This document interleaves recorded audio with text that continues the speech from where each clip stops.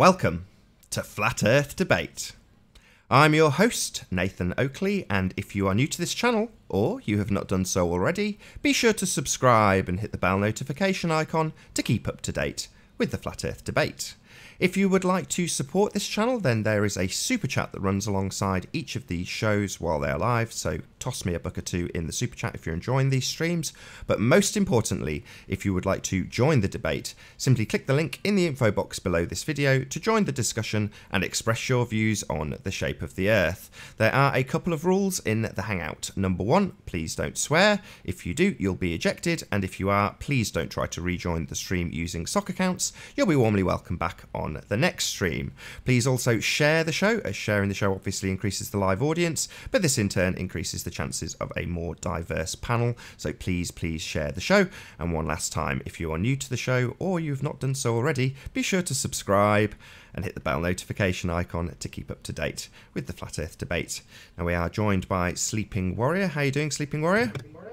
Good morning. Slept well. All my batteries are recharged and I'm ready to go. Excellent.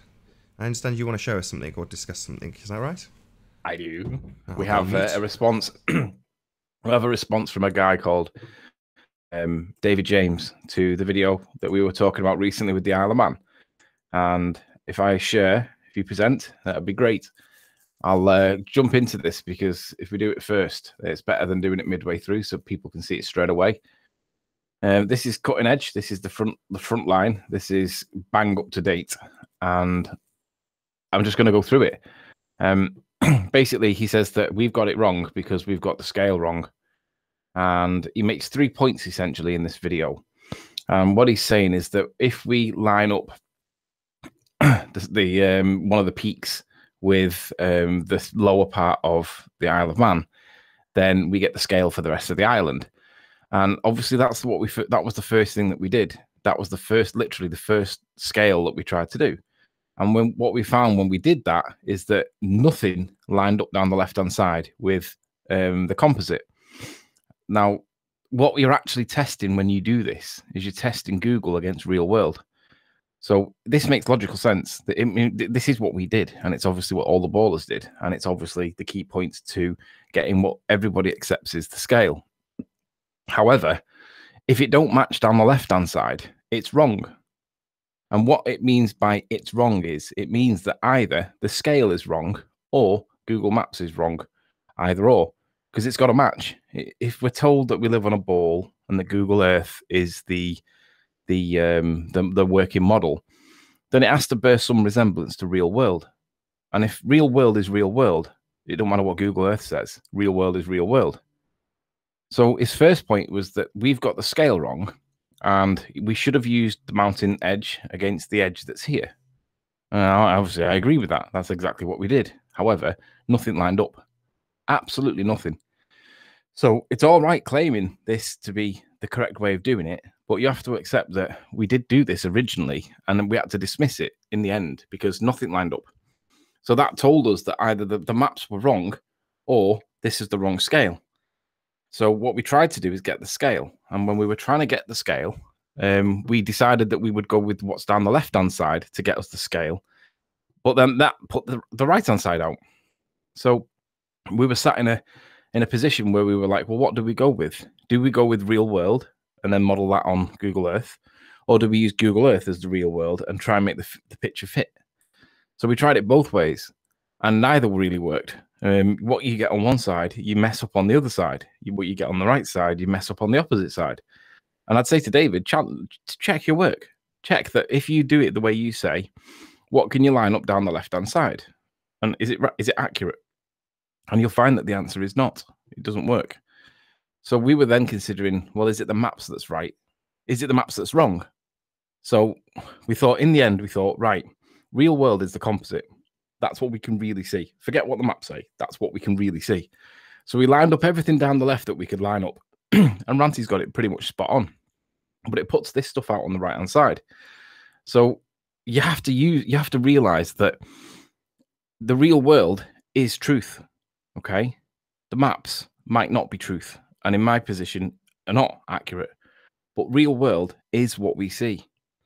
So if I bring up the contrast screen, which would be here. Whether this is real world, if this was Google Earth, everybody would say it was right.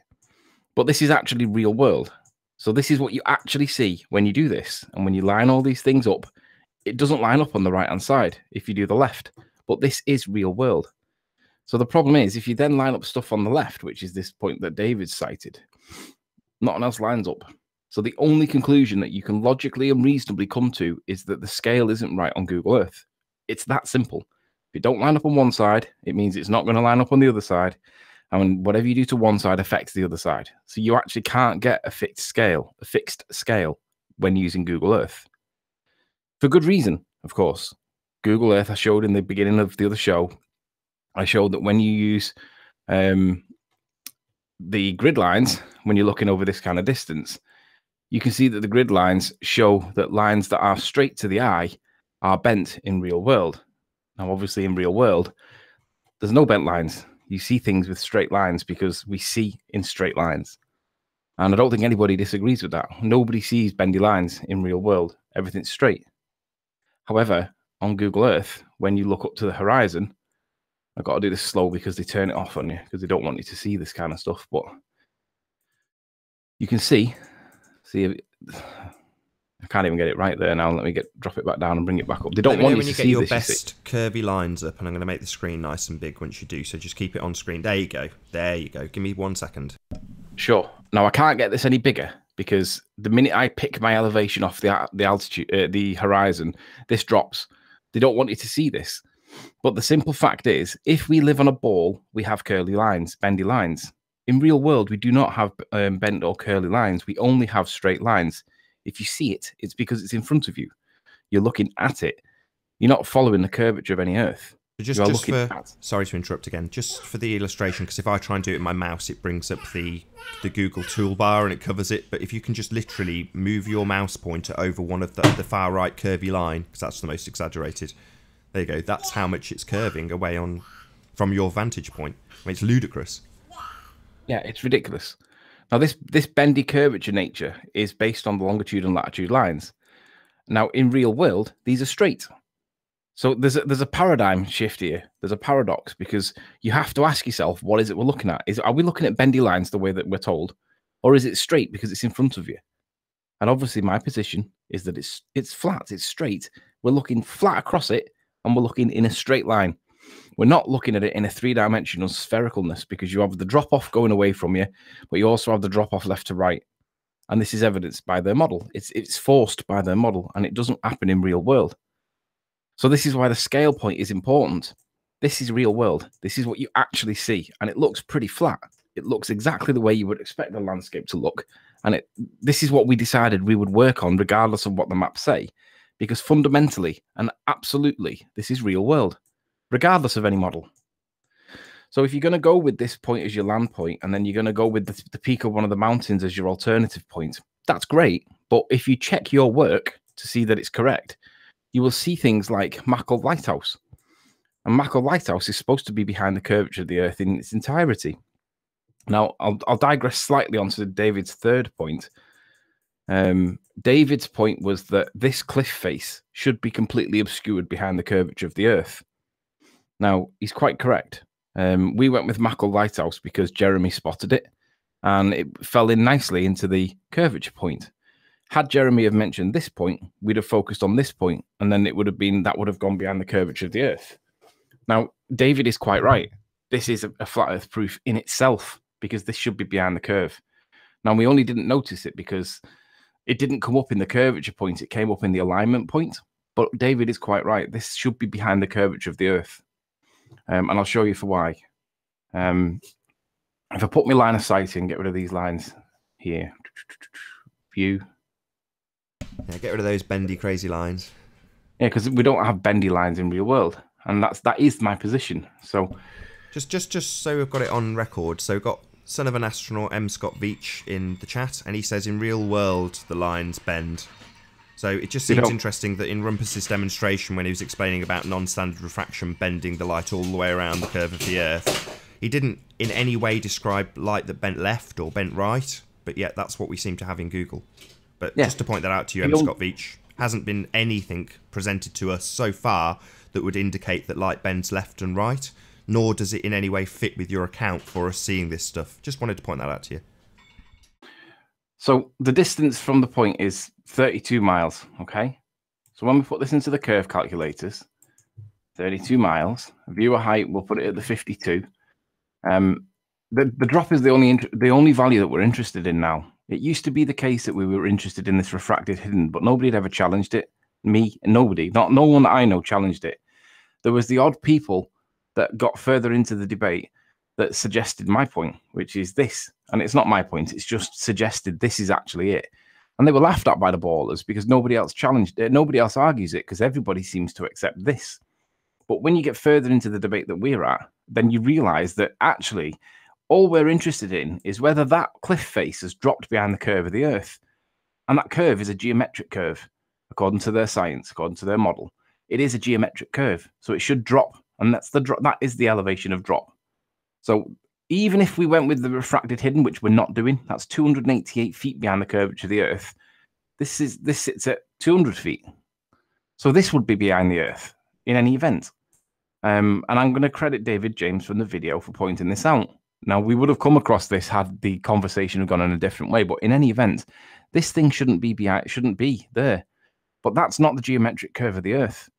The geometric curve of the Earth is this value, right? 682 feet behind the curvature of the Earth. That's the geometric drop. Now, if we live on a spheroid, that's what we're using.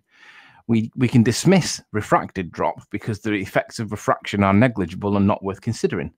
So we're applying drop because that's what the science tells us to do.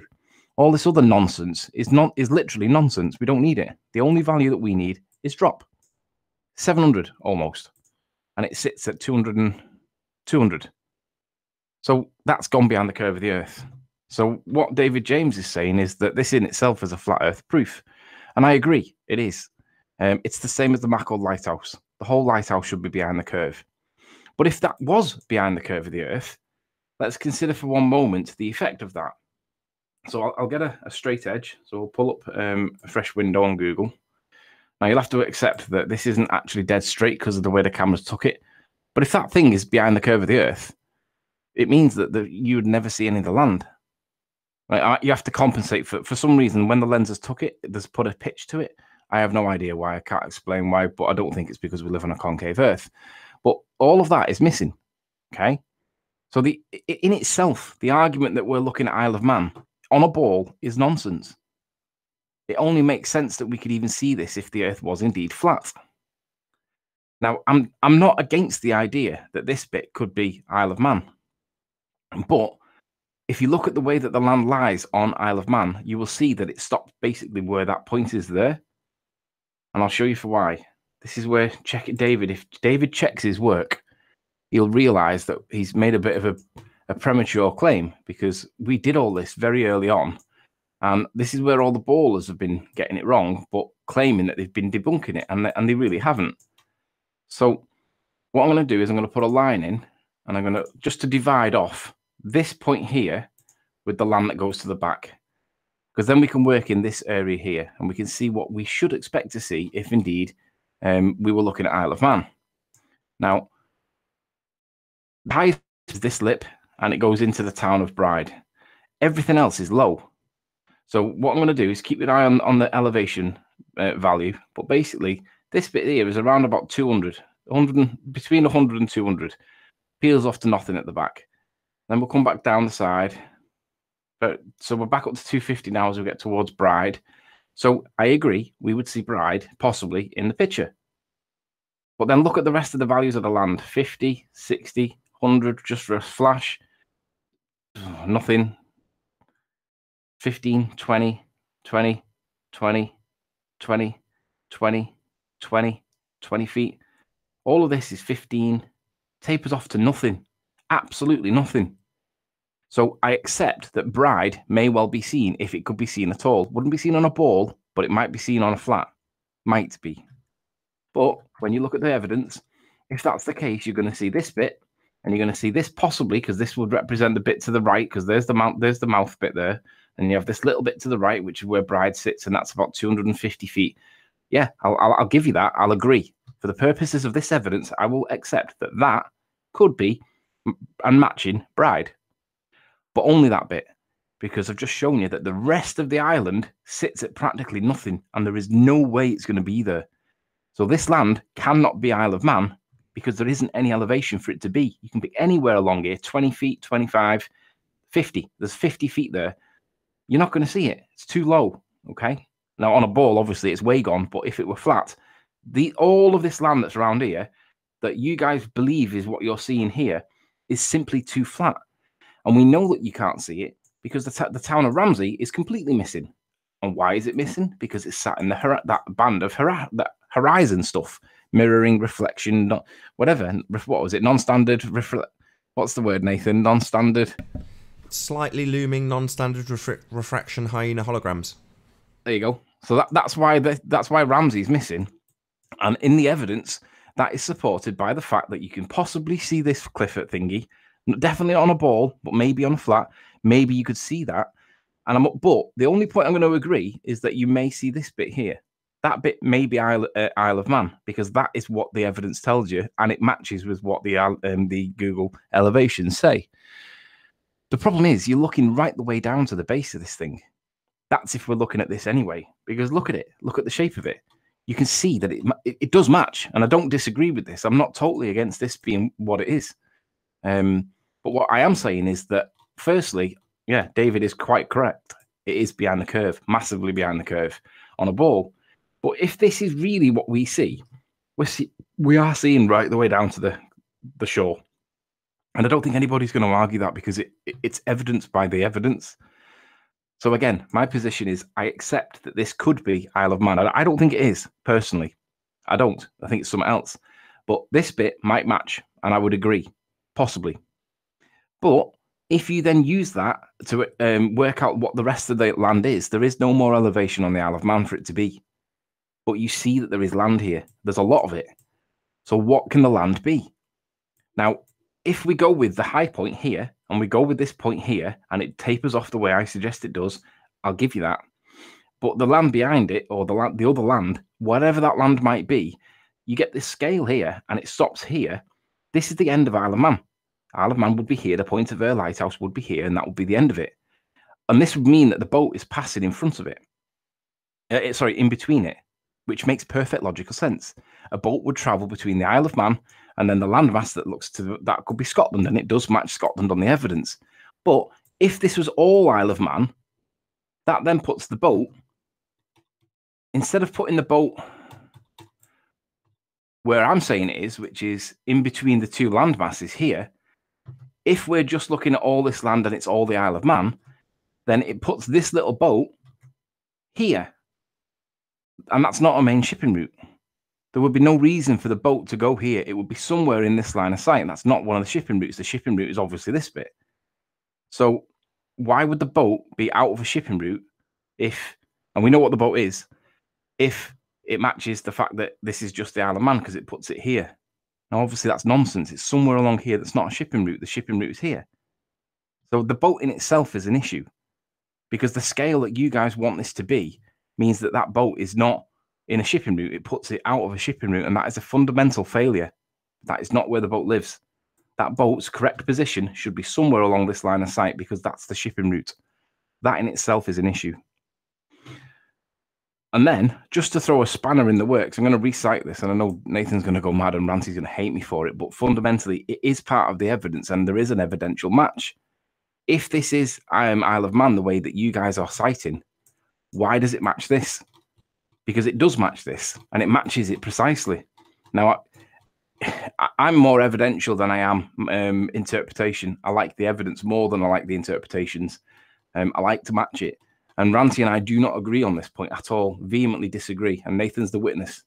Ranty does not agree with me on this, but it's fine because ultimately it matches the evidence. And if it matches the evidence, then for me, that's more likely to be correct. Doesn't mean it is correct, but it just means it's more likely to be, unless there can be somebody that can show otherwise. I just need to get this down a little bit. Now, if it's the case that the bleached thing is the cliff face at Bride, so if it's the case that that's the Isle of Man, and I'm not against it, it does make sense, you've got to accept that this bit here matches what we see as well. Nicky, stop it. So we've got this half moon, we've got the land to the right, and we've got an outcast of land behind it. And the dot that's there is a lighthouse, and this is a plane that's flying in the video. This is moving, this one. So ignore this one because it's the sharp bright light, that's the plane. This bit is the lighthouse. But look at the land it sits on. It's a perfect half moon, and we see a perfect half moon. We see an outcrop to the left. There's an outcrop to the left. We see a little bit of shading in this bottom right-hand corner. See a little bit of shading in the bottom right-hand corner. We see land out to the right. And we see land out to the right. So the position is, if you're going to argue and believe and accept that this matches Bride, you also have to accept that that matches Scotland. And that throws the scale out huge. So you can't have one without the other. If you're going to accept that that's Bride, you have to also accept that that matches the land, because there's a lighthouse peeping over the top corner, and that's where I put the lighthouse in. It's in exactly the right place. So if I come around the corner, you can see, oops, there's the lighthouse. All I've done is put the polygon in. It's at the correct size that it's supposed to be at. And obviously, if I get my little man and I drop him here, you can see there's the lighthouse. It's in exactly the right place. Now, my position is, this is not the cliff face at Bride. I don't think this is the cliff face at Bride, because although it matches there, the fact that it matches there as well is a conflict, because they can't do both unless this is the real scale. This is the hills at Bride, possibly, and this is where Isle of Man runs down and then runs down to nothing, and Isle of Man stops there. That will be where the point of her lighthouse is. And obviously, the triangle of horizon there would be supporting the possibility that that's where the land stops, because we see most atmospheric effect at the land where the water is. Well, if we've got water on that tip, it would make sense to me that that would be the point of Isle of Man. That's where Isle of Man stops. This would be the main shipping route where the boat is, and that's travelling to and from Belfast or somewhere in Ireland. And all of the land that's behind here is actually Ireland. That makes perfect sense to me, because it puts the boat in the right place. However, this land that's over here matches perfectly with the southern tip of Scotland. So that means that if you're going to accept that this bit over here is the hills at Kilbride, and you accept that you may well see this bit part of it, you've got to accept that the rest of Isle of Man's not high enough to be seen. And that's proven by Ramsey not being seen. So then you've got to say, well, what's the other land? And then if you did that as the scale, that's where Isle of Man stops. Then you've got all the land, you've got the gap between Isle of Man and then Scotland, and then you've got a boat in the middle. That makes perfect sense to me. Add a bit of atmospheric looming or atmospheric magnification as per Rob Skeever, and now it starts to make perfect sense, and the boat's in the right place. Alternatively, the boat sits in the wrong part of the map, and it's out of a shipping route. So it causes problems with scale, whichever you go with. However you perceive it, however you interpret it, it doesn't work if you go with that cliff face as the leading edge. In any event, it doesn't make it wrong. It just means that it doesn't seem to make sense with the globe, because this globe model, it isn't doing what we should be thinking when you line it all up on the left-hand side. None of it lined up. So, go on. I was just going to see if you were near the end, because I was going to add a few other bits and bobs just to take away some of the ambiguity that's now left in maybe some of the audience's minds. But you let me know when you finish, basically. But again, in his video, in David James's video, when I have to get back to it, what I would say is, if you're citing that this is the Isle of Man, and we should see the land off to the right, why is it that we're not seeing the Isle of Man? We see the Isle of Man clearly in front of us, but on your video, there's no land to the right. On Miles and Alkeir's dodgy video that they haven't released yet, and they're dishonestly withholding, they've not got it either. If it is the Isle of Man, why is it we're not seeing it? Because you need that floaty land on Isle of Man. If it is the Isle of Man, you need it in the photo. It needs to be here, but it's not. So if you're going to argue that, oh, it's just the Isle of Man, then somebody needs to produce this floaty bit on the right-hand side. Because remember, my position is that I could see further because the visibility allowed me to. I was looking through the atmosphere because it was a clear day. So right at the very end, when he concludes, he says, a short message to Riley. There is so much flat earth proof in the video of yours. I agree.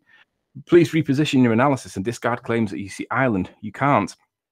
Okay, so why is it that you're not showing me Isle of Man when you're claiming that we're seeing the Isle of Man? because I'm showing you that the stuff there that could be Isle of Man, but nobody else is able to recreate it. And look at the clarity of this guy's image. Whatever image he used, there's no floaty land. So if you can't produce the floaty land, you can't claim it's Isle of Man if you've got Isle of Man in the picture. Because don't forget, this is the closest part to us at 30 miles away. So you've got to understand that if we can see Isle of Man and you're not producing the floaty land, then it's not Isle of Man that you're not producing, is it? It can only be the land behind it because you're not getting it. So the point is this: no floaty, no Isle of Man-y. If you can reproduce the floaty, then maybe it is the Isle of Man and maybe I've got it wrong. But if you're claiming it's Isle of Man and there's no floaty land, then it isn't Isle of Man. Nath, going over to you. Well, I was just going to say that everything we're talking about, or everything you've just talked about, is pretty much, and I watched this guy's video, it was me that shared it with you, it's pretty much all the right-hand side, which is the north end of the island. And the north end of the island is shrouded in ambiguity because it's shrouded in refraction, dirty air, all these things that you call it. I just said very northern, dirty air. Dirty air. But yeah, so it's the bit that everybody's going to want to try and pull apart, because it's the bit that if they do manage to take it out of the realms of obscurity, then it's the easiest to do the curve calculations on. So that being said, we have got things that we are, at least on our side, all in 100% agreement with and can evidence and are totally undebunked. And this is all at the south end of the island.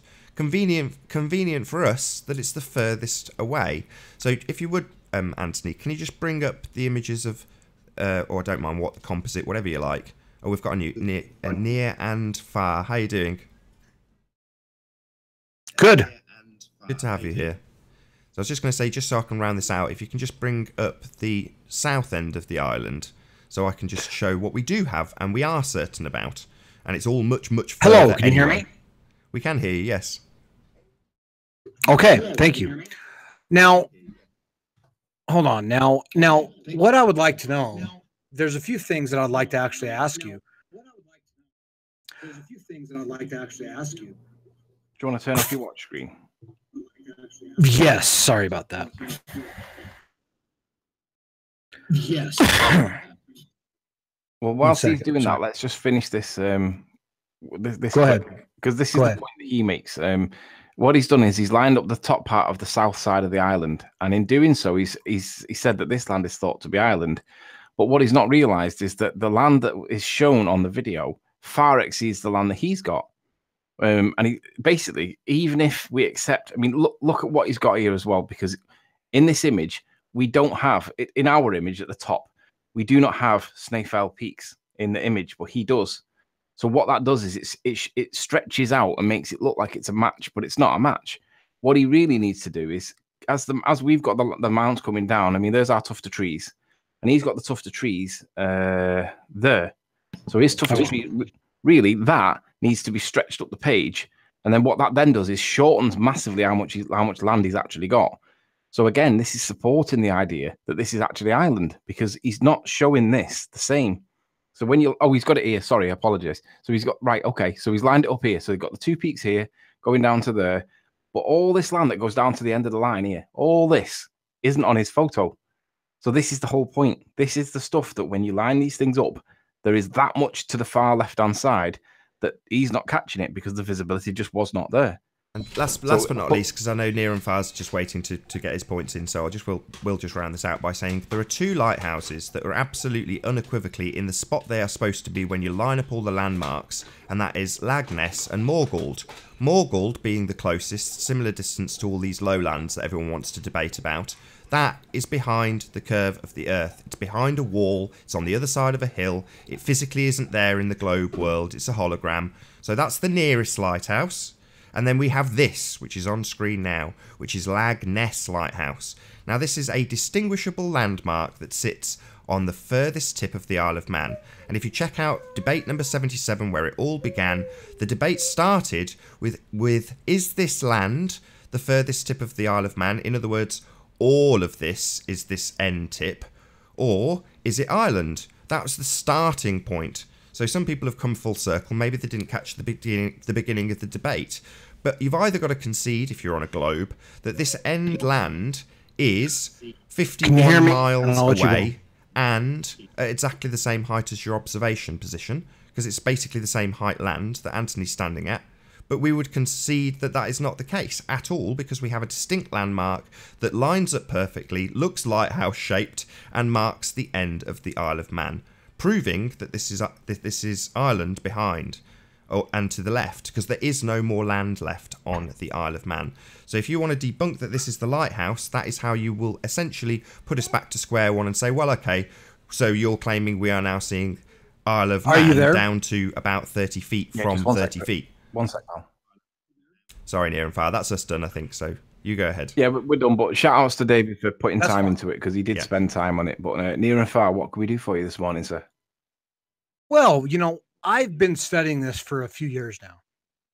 And I hope I'm not feeding back on you guys. Will you let me know if I'm feeding back on you guys? No, you're good.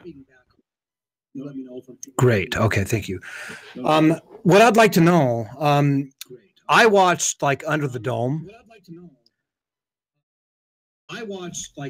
Let me turn this down. Sorry. I watched Under the Dome. A while back, and there was, you know, so much in the beginning of that. I think that's one of the preeminent documentaries actually about this phenomenon, about the flat Earth phenomenon, right? Is that correct? Sure. Okay. So right at the beginning, you know, I had that playing on my channel actually as somebody came in, and I'll give a shout out to Dude WTF. He came in and he actually told me about your cast, and I want to give a shout out to him and thank him for being able to actually have this conversation with you guys. Sure. Now, when I watched that, when I first watched that, I thought that was, you know, well, it was interesting, you know, whatnot or whatever. But there are multiple falsehoods that are right at the beginning of that. And I will tell you that one of them, right at the first of that, is that they say that the technology to prove that the world was flat didn't exist until flight. And that's not true. Ferdinand Magellan actually circumnavigated the globe in 1511 to 1512. So what do you got to say about that? Is that part of the conspiracy? Is that the Illuminati, the Freemasons, or what? You understand that circumnavigation can work on both a flat plane and a globe, right? Yeah, but he would have to be making turns. Yeah, sure, and he would have done on a flat. Yeah, we've got magnetic declination that people account for on the globe. You understand that too, right? That they do make turns. Yeah. Well, of course I make turns when I have to make turns. But when I go straight, if I went straight across a plane and I landed at the same place, I think that the conclusion would be fairly obvious. All right, okay. Let's go with the first thing first. You said that some guy by the name of Magellan made a circumnavigation of the Earth before flight. Some guy? Sure. Let's play dumb for everybody and ask who's Magellan and what evidence have you got that proves the claim to be true? Sure. I don't.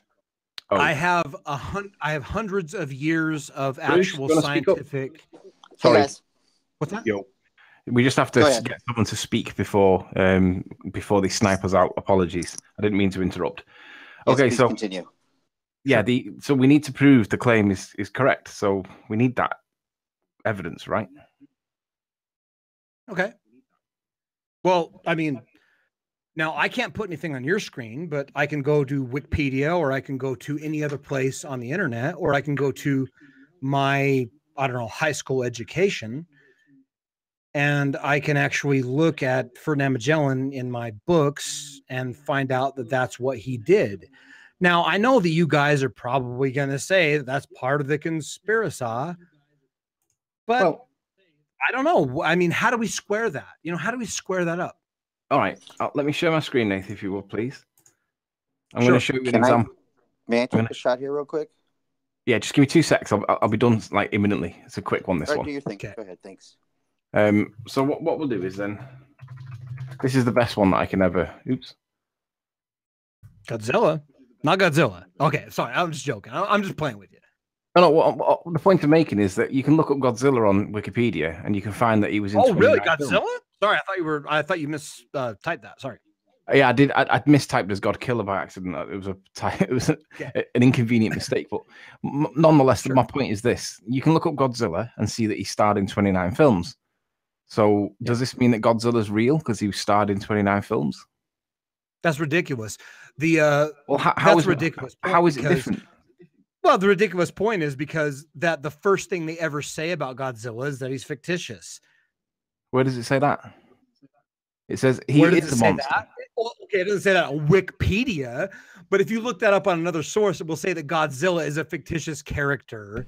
So, if I said you just cited how would you prove Wikipedia. that he was real? That's ridiculous. That's ridiculous. That's like saying that you actually believe in the law of perception, which is not a scientific law whatsoever. What I'm testing is what is the evidence that you accept that story is true? I know that's what you guys want to do, but what I'm testing is hundreds of years of time tested, my father, my grandfather, my great-grandfather, all right, being told this stuff. They're all secondary what sources. I would like to ask you do you know what a secondary source is? Do you understand what a secondary source versus a primary source is? Who is behind my great-grandfather knowing that Magellan circumnavigated the globe? Who's behind that? Godzilla hasn't been around that long. Yeah, but equally, my father and my grandfather believed that we went to the moon. And we did not? No. Can you prove we did? No, I can't. Hey, Pete Shea, is that real? See, that's the problem. See, listen. No, listen. Hold on. Can you say hello to Pete? How you doing, Pete? You guys want people to argue with both hands tied behind their back. No. Intellectually. So you want us to argue on your plane. You want us to say, how can you prove? Well, how can you prove that the Antarctic exists? I want to ask you. How can you prove straying off topic? So hold on. We were talking Let about me have Magellan. Right, hold on. We've got a new guest. Hi, I am a moron. How are you doing? Have you been to the Antarctic? I'm a moron. Do you want to speak? You say hello? Can I get a chance? Say hello. Hello, good to have you here. Sure. Hi, long time listener, first time caller. Cool, man. Good to be. Welcome to the show. Oh, you just screwed me off, huh? No. I'll bring you back on track. Hold on, Anthony. Okay. So we started What's going on off. today? I would We like to started ask off you talking how about you Magellan. can actually prove that the Antarctic. No. We're off parts of topic the ocean immediately. that So you haven't seem been to be jumping from actually topic exist. to topic, near. Hang on, let's not Not move jump too off far along. I'd topic. like to Let's stay stay on on the topic. So you talked about Magellan. You referenced Wikipedia and your education and your grandparents. Now I've asked you if you understand the difference between a primary source and a secondary source. Do you understand the difference? I've asked you the same thing. Let's you're give him now Magellan becoming and let's use my rapidly thought experiment useless. Rapidly. I've asked So you if I ask you a direct question sir. and you just ask me if I know the answer to my own question, that makes you a pretty useless guest. I've got to be honest. Do you understand the difference ridiculous. between That's a ridiculous. primary I'm source using of the same information logic and you are a using. secondary source? The All right? answer is either you have not yes been to the Antarctic, or no. You are saying that it exists. You are saying there's a wall. You have No, not been we're to the sticking wall. with You're saying Magellan. that the wall No, we're not going off Magellan. just We're take a still step sticking with back real Magellan, quick? the guy who brought up initially. We're not onto the ice wall yet. We're going to get this nipped in the bud. You've said we referenced Wikipedia, and Anthony's shown that that doesn't necessarily prove he existed. So I'm now going to ask you a different question. Do you have any primary source evidence for Magellan and his journey? Primary source. I don't know if you understand what that means, because you won't clarify. But if you have, can you present it? Listen. Okay, listen. Obviously, I do not. Obviously, I do not have Magellan's personal records. I do not have access to his personal handwriting that says that actually he circumnavigated the world. Now, I do believe that if I tried hard enough, I could go to the National Archives or somewhere in Britain or somewhere and actually find those actual documents and prove that to you. But that wouldn't be good enough for you, I'm sure. Well, hold on. I've just asked you if you can. You've said that you can and it wouldn't be good enough. But you can't, and you haven't. That's the state of play currently. You haven't got any primary source referenceable information I asked you, for this person, correct? Is what documentation can you show me that you have been to the edge of Antarctica yourself? I haven't. Is that acceptable answer? I haven't. I haven't, therefore I don't accept it. It may or may not exist. I don't accept that it does or does not, because I've not been there and checked for myself. You, on the other hand, will take the word of your grandfather and Wikipedia. Nate, just check. Nate, just check Skype. Can I just say no, that means you're intellectually honest and we can have a conversation. I agree with you. Thank you. All I was going to say, near and far, is that we haven't asserted that Antarctica is any part of this discussion. That was something that you pushed on us as our assertion, but we never said that. Now, guys, let me ask you this question, okay? Would you please bring up if you could please indulge me? Wait, I don't want to move away from circumnavigation real quick. Can we, before we move forward on that, can we stay there real quick? Yes, definitely. Go ahead. Go ahead. So I assume you brought this proof up as your number one proof for you believing. No, okay. Absolutely. I have other proof. What's your number one? Foucault's pendulum. Why do you believe that is the truth? Okay, I don't want to divert. Because you can actually test Foucault's pendulum if you have a 2-story building and a probably 80-ounce plumb bob. You can actually prove, depending on where you are on the Earth, you can actually prove that the world is actually rotating. Now, you used the word could. Would you agree that if you then didn't do what you thought it was going to do, then the results would be could not? Okay. Here's the thing. I have not done that myself, but I have seen amateur YouTubers do that. Yeah. And I've seen, and if you guys were on... Now hold on, because you have me at an advantage. Okay? You have me at an advantage because I cannot show you anything. You can show me everything you want to show me. But if I could show you video of a person that is clearly an amateur putting a plumb bob and showing it, and showing it move differently based on the rotation of the Earth, would you guys accept it, or would you guys just say he was part of the Illuminati Freemasonic conspiracy? Well, I feel like I opened up a can. It's just an ever-expanding conspiracy. I feel like I've had. I don't want to go into that route. I feel like I opened up a can of worms when I had my opportunity here. Going back to circumnavigation, obviously you think circumnavigation going east to west is very... Why do you not want to talk about Foucault's pendulum? I'll go there next, but let's just go one step at a time. You brought this one first. Okay. No, you brought circumnavigation first. So why aren't you giving the same credence to circumnavigation north to south? I haven't seen anything on it. That's because no one's ever done it. Yet there's been millions, thousands. I don't even know. Hang on. Well, hold on though. Let me ask you this: circumnavigation east to west would be the same.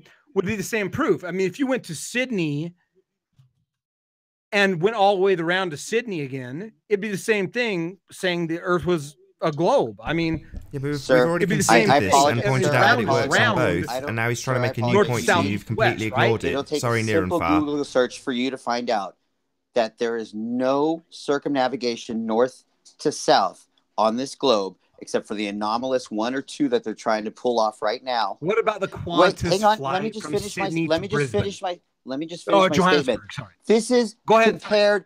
This is juxtaposed to thousands of east to west circumnavigations. Why is there less than one or two anomalous north to south navigations? I would say because the Antarctic is very, very large, and because there isn't that much. What I've seen is there isn't that much support if you crash. There's a lot more space if you.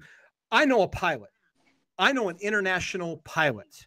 All right, his name is Greg. I'm not going to give his last name, but I am friends with an international airline pilot. Okay. And he flies in the southern hemisphere. Okay. Yeah. Now, The problem is that if you take a flight from Sydney to Johannesburg, in your guys's model, what'll happen is that he will get there. He won't even make it in a 747. And you know this. How do you know that we know this? Well, okay, I could send you a video that can actually prove it beyond a shadow of a doubt that the fuel payload on a 747 in a flat Earth, because when you take an orange, right? Take an orange, flatten it out. The southern part of the orange will be way, way, way far apart from the northern part of the orange, right? So basically, you have to fly almost. I'm not going to actually make assertions here, but I'm going to say you have to fly much, much further from Sydney to Johannesburg, Africa. And they will not make it. There's a Qantas flight that does this. I need you to explain that flight without saying it's a conspiracy.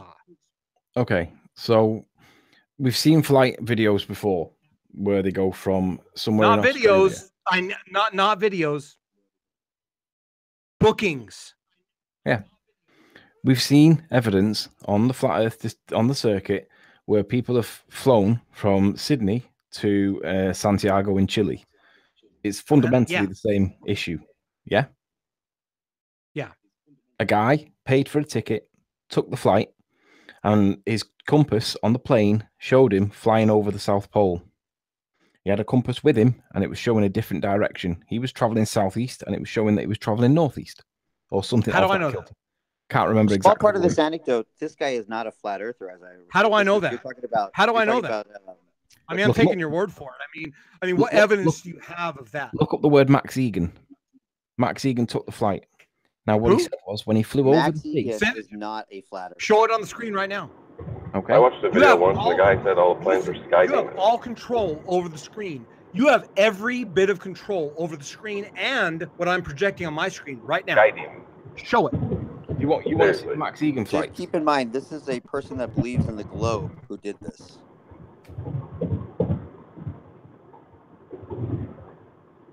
I think that place spelled his name. Not in a YouTube video. That's ridiculous. Okay, there are people in YouTube. Hold on, guys. There are people on YouTube. He's a pretty big guy. Listen, everyone knows Max Egan. There are people on YouTube that believe that reptilian shapeshifters are inside the moon. Okay, so I'm not going to take that. Okay, I'm going to take that from a reputable source. I'm not going to take that from some bullshit YouTube video. This is a guy that actually did the flight. I don't give a damn. Okay, and it's a ball earther. You take that from Jetway. You take that from some.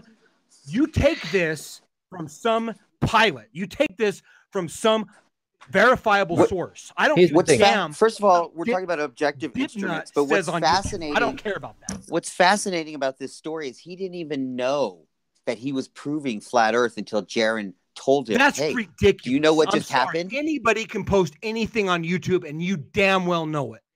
What about Wikipedia? Anybody can post anything on Wikipedia. Will you accept that?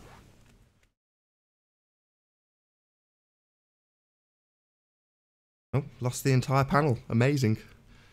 Right, there'll be a short interlude while I bring back some of the panel on Skype.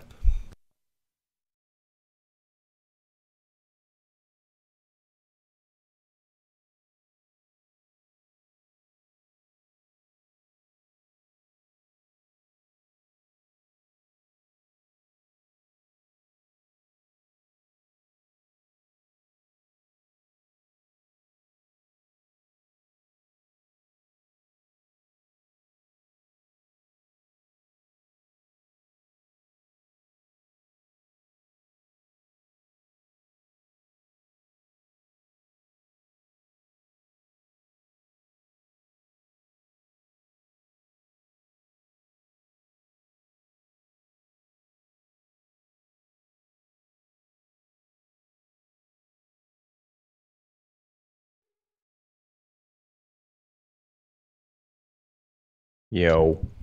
Hello. I didn't see. I got sniped while I was opening that thing up. I didn't see anybody join. Yeah, GB Jedi joined. Oh, I didn't see. No, I was opening up the page at the time, got sidetracked. Are we still live? Yeah, we're still live. Did everybody else get sniped? Everybody got sniped. Obviously, it was Right. at the point that the globe head was making everything on globe Earth look terrible. So that's the point that everyone gets sniped. You know, it's not the point that they don't want us talking. It's they don't want the globe heads making globe Earth look terrible by debating it with us. So, well, do you want to open up a fresh hangout and invite that guy back in? He'll still be listening. Not really. I could do, I suppose. Yeah, because that was a really good call. So we are still live right now, yeah? Yeah. Right, so Nate, come on, please open up a new hangout and then invite that guy back in, whatever his name was. Because that guy was an interesting guy to talk to. He was someone new, and I'd like to see what he's got to say about stuff. Because honestly, I quite like the fact that he was getting agitated by the Max Egan flight, because he wanted to see evidence for a Southern Hemisphere flight. He wanted to see it on screen right now, so we did. And when I started to give him the evidence that he asked for, he didn't like it. So then my question, I hadn't even made my point. So my question was then going to be, well, I mean, obviously we all know what the conclusion of the Max Egan flight was.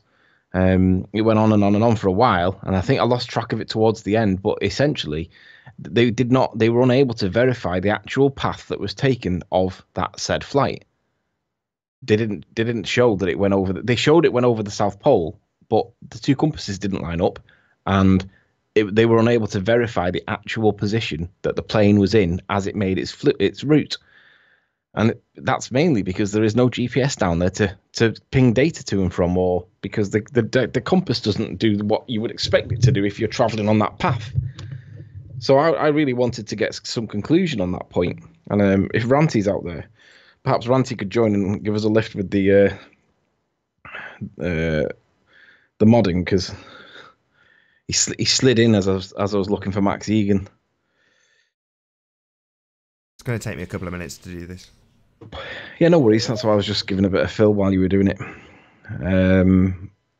Arwin's in chat. Arwin, do you want to join? Or are you still in a mood with me? Come on, Arwin.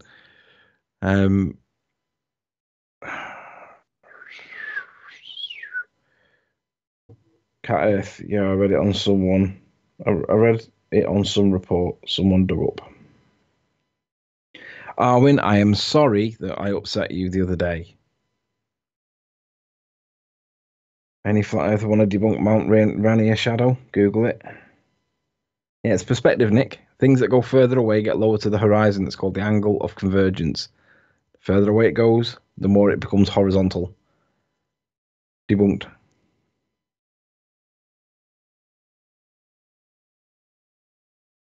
Nick, Pete Shea, Charlie's. Google it, Riley. It's irrelevant. Well, if it's irrelevant, why would I Google it, Nick, with no L? I thought his point about Magellan was quite interesting, though.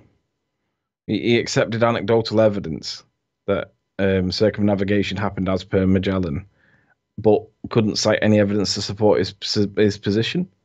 I thought that was really quite interesting, because if somebody argues for a particular point and then gets asked to produce the evidence to support their position and then doesn't have any at all other than claims, then you have to ask what this person's role is. I mean, how many times did that guy change topic in the context of that conversation? He added about 8 topics in, and it was difficult to keep up with him and try and pin him down to a particular one so that we can get to a conclusive point and a conclusive decision based on what he wanted to address. He seemed to want to scattergun approach everything and see what stuck. And I was trying to get him to stick on anything. Shout out to the hyena. So it's difficult to keep somebody on topic when they're distracting, not distracting, but being scattergun with the points of attack. It's really hard to do that. However, I'd like him to come back in if he would, because essentially that is the kind of guy that I want to chat with. I want to talk to somebody like that, because that's a huge mountain of evidence that you've got to produce. Making assertions without any evidence is the rhetoric that got us in this nonsense in the first place. But what we can do is we can produce evidence that goes against the idea that we live on a ball, and we can document it, and we can discuss it, and we can ask you guys how to explain it based on sphericity. And you can't. We don't see in bent lines. we see in straight lines. If we see something, it's because it's there. It's not because of non-standard refraction. All that nonsense. Al K, when are you going to bring your video up, Al? You haven't produced your evidence. You know, the floaty land, Al? You haven't produced it. And we'd really like to see it. And I'm calling you a liar, Al, because you're lying by omission. You're failing to produce evidence that's contrary to your views and opinion. That makes you dishonest, Al. That also makes Miles the Liar Davis dishonest. Because if you have evidence contrary to your views or opinion or belief, and you do not produce it when requested to do so, because let's be honest, everybody knew you were going, and everybody was excited because they all thought that you were going to come back and debunk me, and you didn't. It's not acceptable that you hold on to evidence that doesn't support your position. Hi, Owen. How you doing? Doing good. Morning, Arwin. Can you jump back in on the Hangout just because it makes my life a lot easier? Sure. Right. Should be, with a little bit of luck, back up and running. How are you, Aaron, anyway? You good? Yeah, doing good. I just got back from church, basically, and it was nice to be there again. And it's really nice weather, nice and sunny. Like the winter sun is very bright. I like it like that. It shines directly in the pineal gland. It's nice. Okay, so I'm paying attention now. I'll put the link back in the public chat, so if you want to join the show, simply click the link in the info box below the video. Be sure to mute your watch page before you do.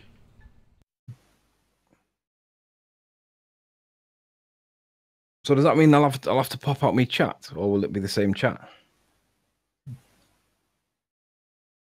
The show's running exactly as it is. I just need to do a couple of things. It's complicated, but yeah, I'm nearly finished. I'm about 30 to 60 seconds away from having the link published to the chat. Okay, so Al K, we're waiting for you to produce your evidence, because we know you have evidence, Al, and we know that it goes against your views and beliefs. We know that it supports my position, and we're wondering why you haven't released it. It's only a 10-second clip. Just show us what you got. It's not that difficult. Pete, if you want to join, Pete, you'll be able to join back in now, I think. So, yeah, I kind of missed what's been happening before I just joined. So what's been going on? Just reminding Al K that he's being dishonest by withholding evidence that's contrary to his opinions, views, and beliefs. Right. We did have an American-sounding guy that was scattergunning. So if he's out there listening, please join. Oh yeah, Aaron Moorfield. Al K has a great video, evidence of a bent stick. It's absolutely amazing. I did laugh when I watched that. It was like Jeremy's video about the Girl Guides map. That was equally as brilliant. Al K, come on, man, join the panel. Yeah, come on, Al K, join the panel. Let's see what you've got to say. I want to know why you haven't released a 10-second clip, knowing that it goes against your position and it supports mine. Why have you not done it? So, yeah, I've been quite surprised to still come across like new Glober videos that are basically all declaring you're completely wrong about the Isle of Man and it's the lies of man and blah. I'm quite surprised they're holding on to that. Well, I've only seen one, and we gave it a full documentation right at the start of the show, and it was a really good video. Sleeping Warrior, why are you presupposing that Al K and Miles haven't got footage of the evidence? You claim to know about that which you haven't seen. What a moron. Well, given that their MO was that they were specifically going up to try and debunk me, Paul Voigt. When they got there, they could not see what I could see. They spent all day there and didn't get it. Now, if it is the Isle of Man, then you would expect... Oh, hang on. There we go. If it is the Isle of Man, you would expect them to produce that straight away because the rest of the Isle of Man was present. So I know that by failing to produce the evidence, they've either not got Isle of Man or they've got something that they don't want us to see. Because otherwise, they were going up there to debunk me, Paul. you understand what that means, Paul? They were going to prove me wrong, and they've actually failed to prove me wrong, like Uri's failure. So Al's failure, Miles the Liar Davis's failure, are proving and verifying my claim. I was seeing floating land that I thought was island because it was difficult for me to get. That's why, Paul. I know you don't understand logic and reason, but that's the answer. And it's even worse. I understand that some of these globers have actually taken footage of their own, and they're now not sharing it, which is technically and quite literally withholding evidence. Yeah. For nefarious purposes. Because they don't otherwise they would have just put it out there and then try to figure out how it would be a globe. But they didn't. So that means that they know it's not in their advantage. So they're withholding evidence. Again, could be considered scientific fraud. I agree completely. Sleeping Warrior, again, you are presupposing why they have or haven't seen. You moron. You don't know what footage they have. Yeah, I do, Paul. I'm calling them on it. I have been for weeks. I've called Miles the Liar Davis and Al Kay to produce that evidence because it's essential that we see it. We know that they went there all day and they got nothing. Why would that be if it was the Isle of Man? Doesn't make any logical sense. Whether it be ball or flat, it makes no logical sense. If it was there, they'd have got it. The point is, they didn't get it, and they don't want to tell us that they didn't get it. Sniper on deck. Goodbye. Whoops. No, we're good. So, Gem Panda, nice to see you.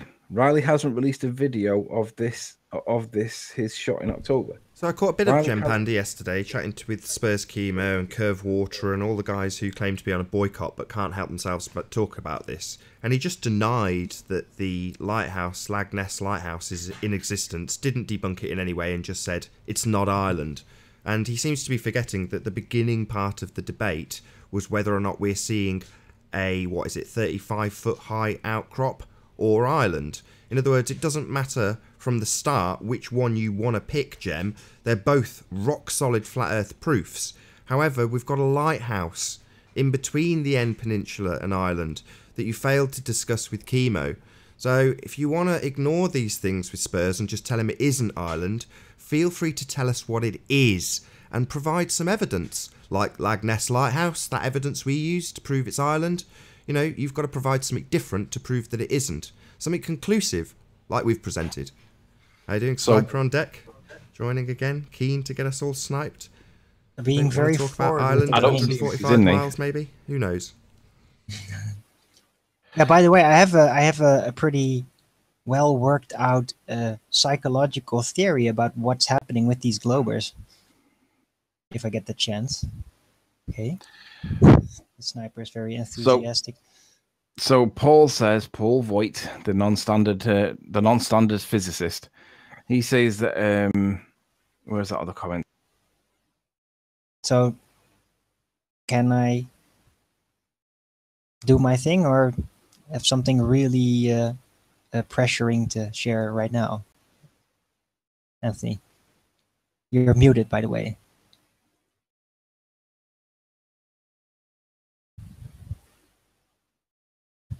Anthony?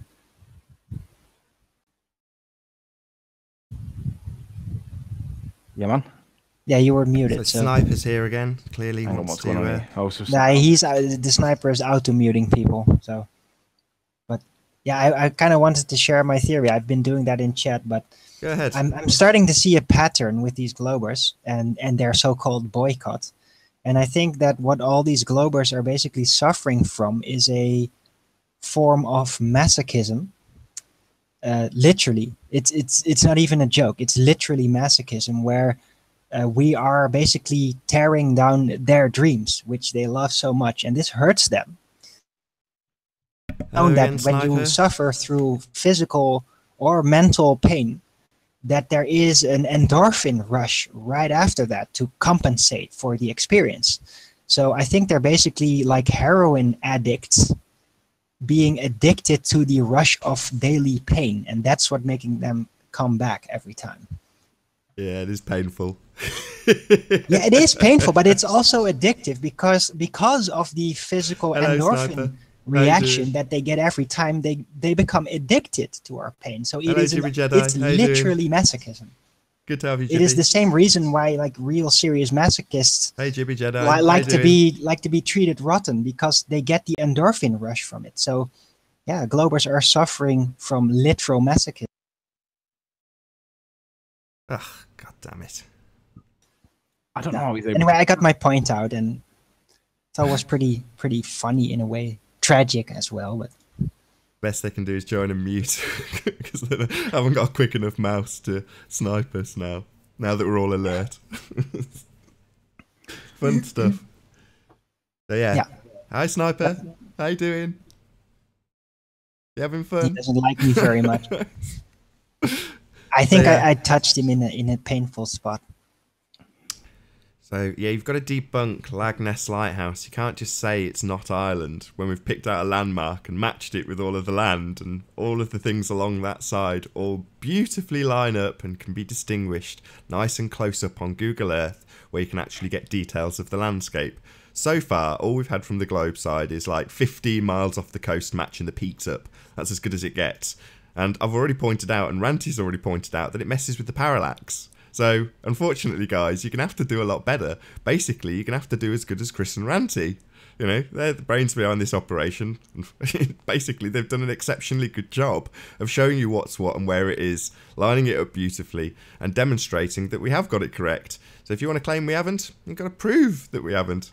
And as for saying... So what I'll say is, while Nathan's been muted, I was just going to say, as they've been telling us that the onus of proof is on us to prove it, and we have. You know, it's like, well, the onus of proof is on them. They're saying debunk it. It's like, no, we've now concluded. We've provided our evidence. We've showed you what's what and where it is. Lagness Lighthouse is there. We've shown it you. And it distinguishes the end of the Isle of Man from Ireland. Now, if you want to debunk that, let's see what you got. So far, not so good. 30 shows on, you got nothing. All you're arguing about is the lowlands. So you've literally got nothing. Those are the beautiful blondes in the room that need to be, you know, approached. You need to approach those beautiful blondes. And they're called Lagness and Morgold. Those are your blondes. Those are the girls. Not the girls in the shadows. No. That would be the north end of the island. You know, the bits that are all covered in refraction, because you're so used to arguing those bits. Whereas we've got something much better now. Much better in the form of Lagness and Morgold. Those are the things you need to look at, guys. That's what you need to debunk. That's what we're going to start polishing. Yes, at the beginning of the show, Anthony's debunking the debunkers in terms of the North End, because that's all they're going to ever want to focus on. But for every single time that Anthony comes on and starts addressing people who have yet again tried to go for the easy stuff at the North End of the island, we're going to point out the difficult stuff. Lagness and Morgold. That's what we'll point out to you every time, and I'll highlight it for every time the distractors try and bring us back over to the North End. Look at the south. There are clear things. The image is much crisper. You can see everything. And that includes Lagness Lighthouse, distinguishing the Isle of Man from Ireland, and Morgold Lighthouse, the closest observable landmark, which is behind a wall of earth curve in your model, and yet we see it clearly. And of course, so is the other land that's on the right-hand side, that gaping cliff. That's also behind the curve of the earth, yet that's claimed to be the Isle of Man. Anyway, Ranty said that Miles has showed 5 seconds of the Isle of Man. Ranty's deduced that they filmed Douglas and Beyond, and that's why they won't release the video.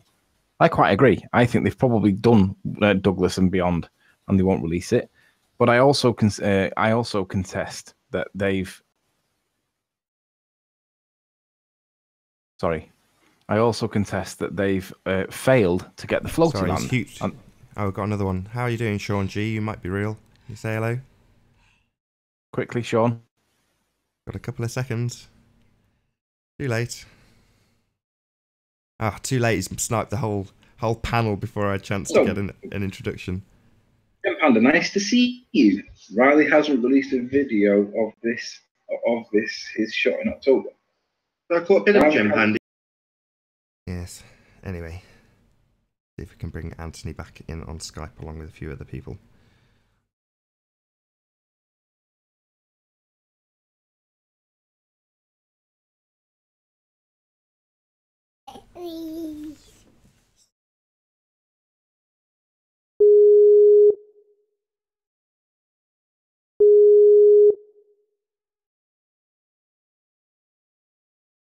Fuck, he was quick.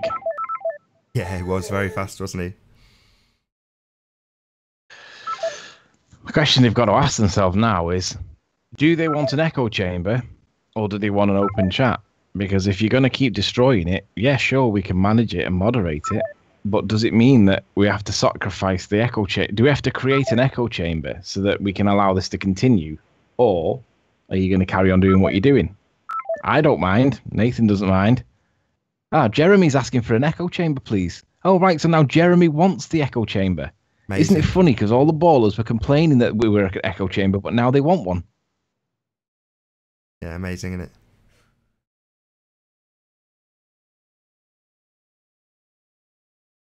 They want an echo chamber when they're losing. That's the bottom line. That's it. They want an echo chamber when they're losing. Like football teams. They only sing when they're winning. Sing when they're winning. Yeah, they're losing badly, and it's just they're losing. Every time somebody joins from the Globe side, they make the case, and it makes matters worse every single time. So now they're in their own little echo chamber on Discord, discussing it amongst themselves with about 4 people watching. More people on the panel than in the audience. And they'd rather shut us down. So the guys with the open door are the guys that they want to shut up. Do you want to add Arwin back to that chat? Yeah, just add him back on this call. He's not in the group though, isn't he? Doesn't matter, just add him to this group. Okay, add people to this call.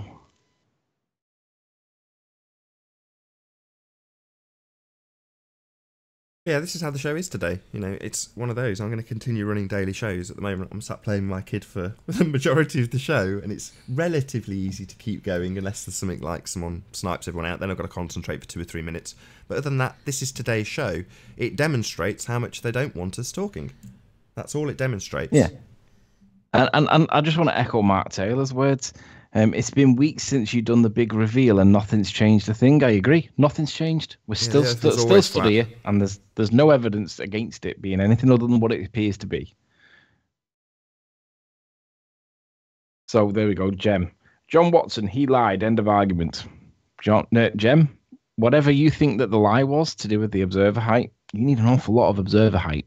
Whether it was a lie or not kind of becomes irrelevant, because if it was a lie and the observer height was 5 feet difference one way or the other, it doesn't make much difference, Jem.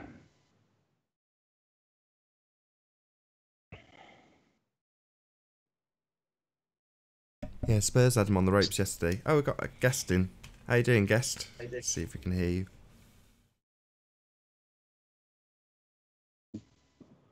Hello there, how you doing? Can you hear us, Jason? Hello? Hello. See how long you last, my friend. Can you hear me? Yeah, we can hear you. Oh, how's it going today? All right. Same old, if I'm honest. He's already been ejected. See, people don't want us to talk to Jason. They don't want us to talk to anybody.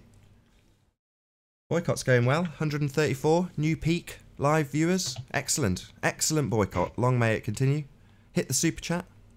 How you doing, Sniper on deck? There's no one here to snipe, my friend. Did you not realise that? It's jumped in, had a look around and gone, oh, there's no one here.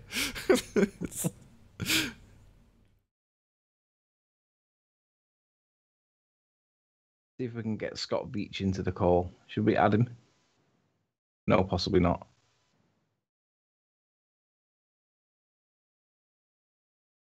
Is Arwin not coming back in? Is he on this call? I've added him. He hasn't come back in yet, though. Maybe he'll rejoin. What's Jem said there? Yes, I heard what you said. I was laughing at it. Right, so Jem Panda thinks that because I, quote, lied, he thinks that then therefore means that they can dismiss the whole of the video footage on the basis that I lied. Now, Jem doesn't understand that the word lie means the intention to deceive must be part. It has to be there. It's part of the requirement of the word lie. Now, there was no intention to deceive because I didn't realize I'd caught anything. I just did it for my own purposes. However, when Ranty checked over it, he said it might be the case that you see Ireland here, and I agreed it was, hence the video. Hey, guys! All right, I'm back.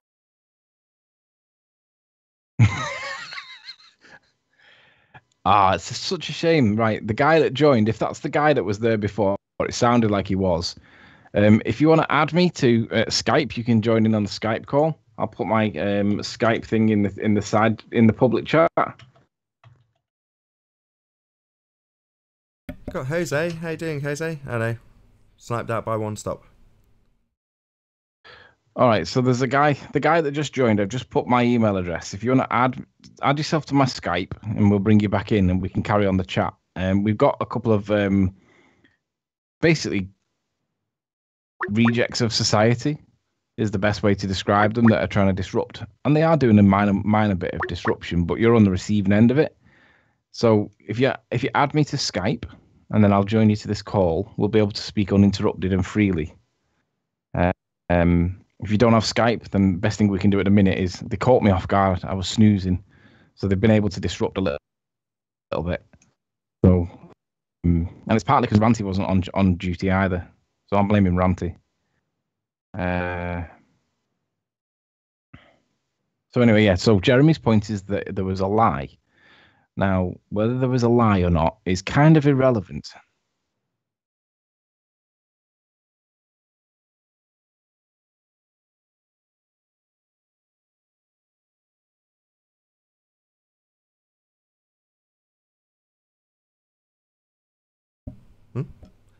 You gone?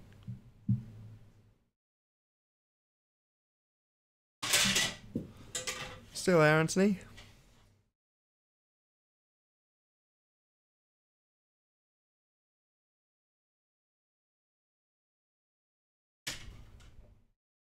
Nathan, I've got this geezer on.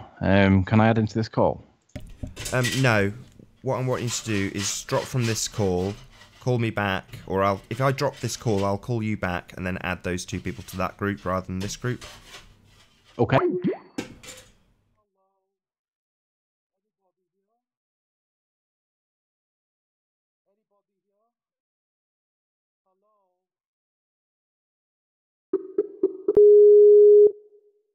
Fun show today. Okay, so that deals with this call. So add him to this call, yeah?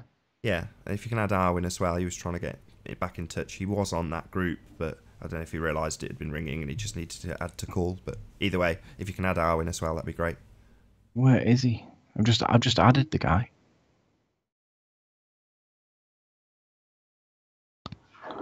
Right, he's there, but he's trying to recall me, but I don't want him to recall me. Just wait a sec, dude. Right, I'm trying to add him to this particular call. So, add people to this call, and he should be in the list as Sneaky Pete, which is a dodgy name in its first place. Sneaky Pete. There he is. Right, that should be Sneaky. Are you there?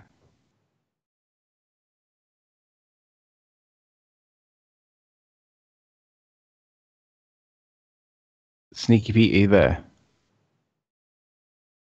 Nathan, are you there? Yeah, I'm still here. It looks like he's just about to pick up, and there he is. How you doing, Hey, Sneaky Pete? how's it going, guys? Good to have you. Going good, man. Sorry for the disruption. No problem. So where were we? You were telling us about Magellan. Oh no, we were talking about the flight. We were talking about the flights in the southern hemisphere, yeah? Yes, actually, we're talking about the Qantas, right? And guys, come on, man. I want to have a respectable conversation. Sure, Nathan. Listen, I've got to. Now, hold on. Now, just please let me ask you a few questions that are not completely on the subject. Okay. Well, I've got to step out, Nathan. Nathan, you're gonna have to cover. Nathan, you have to cover for me, mate, because I've literally got to leave now. So just disconnect the call when you finished, and we're good. Yeah, you can still drop.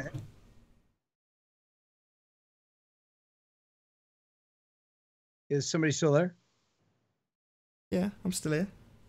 Okay. Where are you from?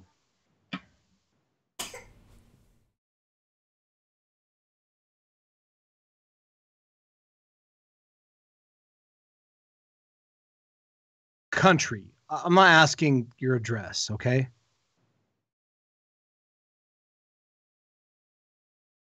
Sorry, what do you want to know? Where I'm from? England. England. Okay, great. Okay. I want to ask you something. Okay. What I've been saying in my video before to some of my viewers is that this is dangerous. And the reason why is I'm from the United States, okay? Now in our country, we just elected Mr. Donald Trump. And you guys just elected to do the Brexit thing. Yo. Do you agree with the Brexit thing? And how do you feel about Trump and the Brexit thing? Couldn't care less. What does that have to do with this? I'm going to tie this in just a second, okay? No. What does this have to do with anything? So you won't answer the question? No, we're gonna not troll bait you. So okay, I'm not trolling you. Well, you're asking like one of the most. You're asking a question about one of the most loaded subjects in the entire world. Well, let me unpack it then. Okay, the bottom line is that Donald Trump in this country got elected because of fake news. He got elected because of things that were not true that he was able to make people believe. All right, when you are able to make people believe things that are not true, you can rule the entire earth, and that is the truth. So you watch CNN every day? I watch because they're all true. Everything is true. I watch Fox News, MSNBC, and CNN, and you have no idea. Congratulations, people have known that they are like one of the worst liars in the world for over 2 decades. What I'm trying to say. It's pathetic. Okay, guys. I don't want to hurl personal insults here. You watch Fox News. Okay? You're actually proudly admitting that you watch Fox News. I said that I watched all of them. Yeah, sure you do. You don't think I do? I mean, come on. I mean, really. I mean, defending the globe, so there must be some level of this truth. Guys, please hear me out, please. And I want to talk to you sincerely. Please hear me out. Honestly, I was a never Trumper. I did not want to vote for Donald Trump. And in actuality, I did not. I voted for a third-party candidate because I knew that neither candidate was telling the truth. I knew that neither candidate was good for this country. Yeah. So where's this going, and how does this relate to the shape of the earth? Where this is going, is that where's your story going? How does this relate to the subject? Here is where my story is going. The level of disinformation on the internet. All right, Breitbart News is a wing of Donald Trump. Infowars.com is a wing of Donald Trump. Michael Savage is a wing of Donald Trump. These are all the alt-right. Okay, what the hell, man? Okay, Donald Trump is. What how long do you even think he's been involved with politics? What kind of an idiot would suggest something like that? You are totally paranoid, schizophrenic. That's ridiculous. If you think that these news networks are built for him, what the hell, man? Listen. What the hell? Okay. You conspiracy theorist lunatic. That is ridiculous. Okay. I am conspiracy theorist lunatic. You know that I'm talking against conspiracy theorists. I know you're talking out of your ass. This is the dumbest thing I've ever heard anyone What I'm say. saying, I've heard social justice. That disinformation. Yeah, you're full of it. World. Okay. You're full of it. Literally. So you're just going to insult me. I mean, there's not much left. I'm actually recording you right now. I mean, you're just gonna hurl insults my way. It doesn't have anything to do with flat Earth or the globe. It's just BS distraction. So I'm gonna go ahead and take a census. Political smear campaign. I'm gonna take a census on disinformation and flat Earth and see if it has anything and see if there's any correlation against one versus the other. Now, I will talk on your plane. Go ahead. You have the floor. No, I'm still waiting for you to actually make a point. This side being a giant distractor. Listen, what I'm trying to say, what I am trying to say is that the level of disinformation on the internet, is more powerful than people can possibly imagine. They can imagine quite a bit. You're part of it right now. That's ridiculous, okay? No. People know this. People know that people like you are actually coming forward. Yeah, I have something really important to share with you. There's so much misinformation. Sure. People know that people like you are the misinformation. Then I will listen. I will give you the floor, my friend. No, I'm still waiting for you to actually make a point. I give you the floor. I don't need the floor. I already made a lot of points over the years in my channel, in the Flat Earth debates.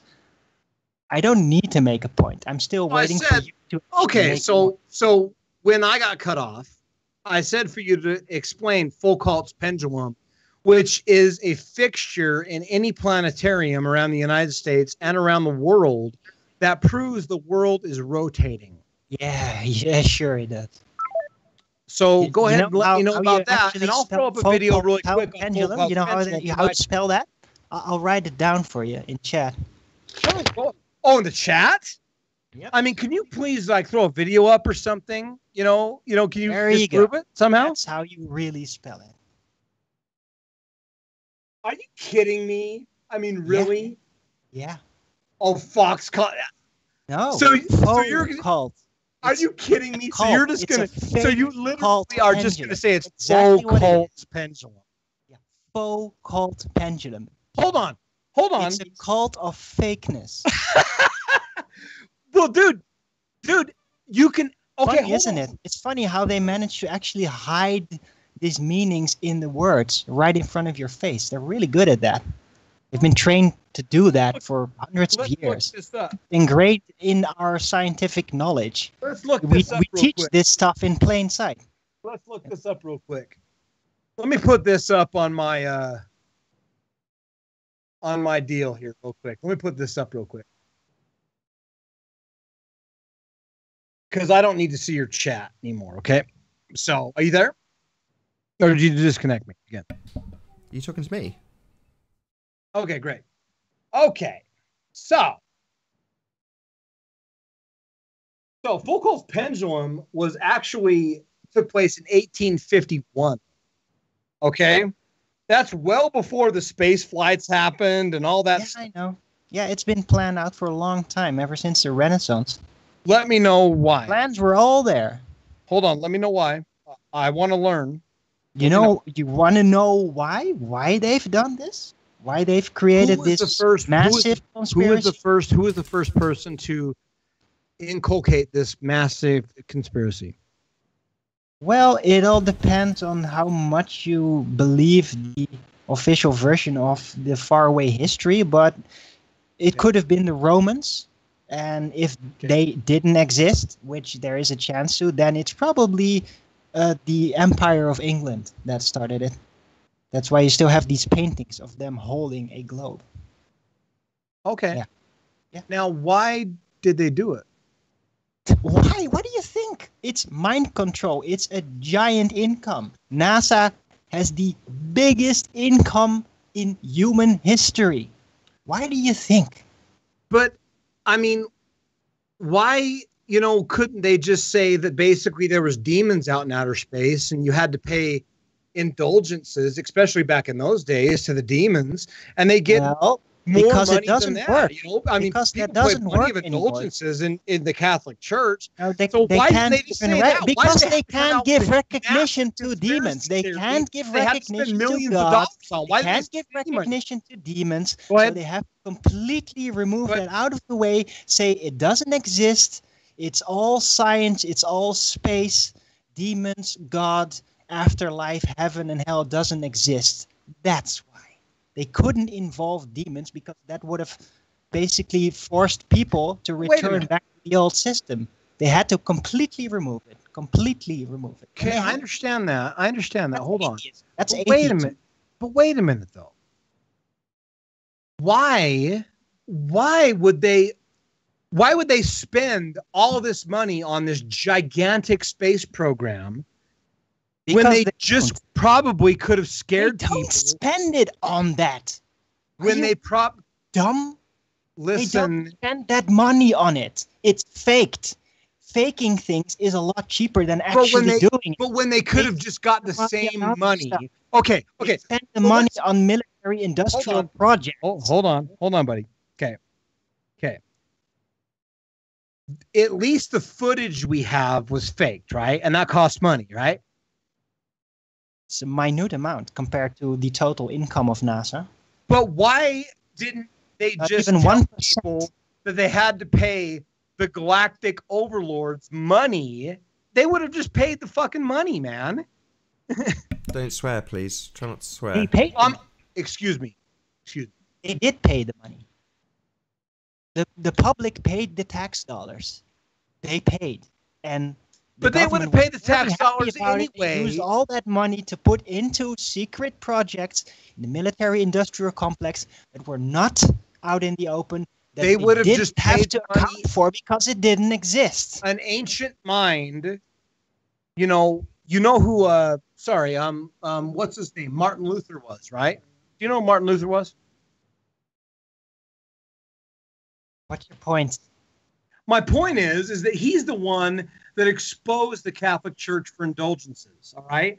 And what I'm trying to say is that at that point in time, if the conspiracy went back that far, you could have just convinced people that they had to pay the demonic overlords in outer space money in tax dollars, which is the same as NASA, and you wouldn't have to actually... you can't migrate entire mindsets that easily. That's such little steps. You have to completely overhaul so that now let's people talk about something get the previous mindset. Psychology doesn't work that gradual. They had to completely. Did it not work? Did it not work that gradual? Inside out. Otherwise, it wouldn't. It already worked that gradual, man. Everybody still believes the Pope. Every Catholic still believes the Pope is like God. Are you kidding? No. Are you serious? The entire world of Christianity admits that it's a religion. About they Catholics. Believe the Bible. They don't say Catholics. It's true. They don't say it's true. They say we believe this. We believe in Christ. That's already a weakening of religion. Basically, become a because of the Renaissance instead of a religion. Actually began. The globe is the real religion because people say it's real. That's because of the Renaissance, which began with Copernicus. The Catholic Church was against. The Catholic Church was against more theories.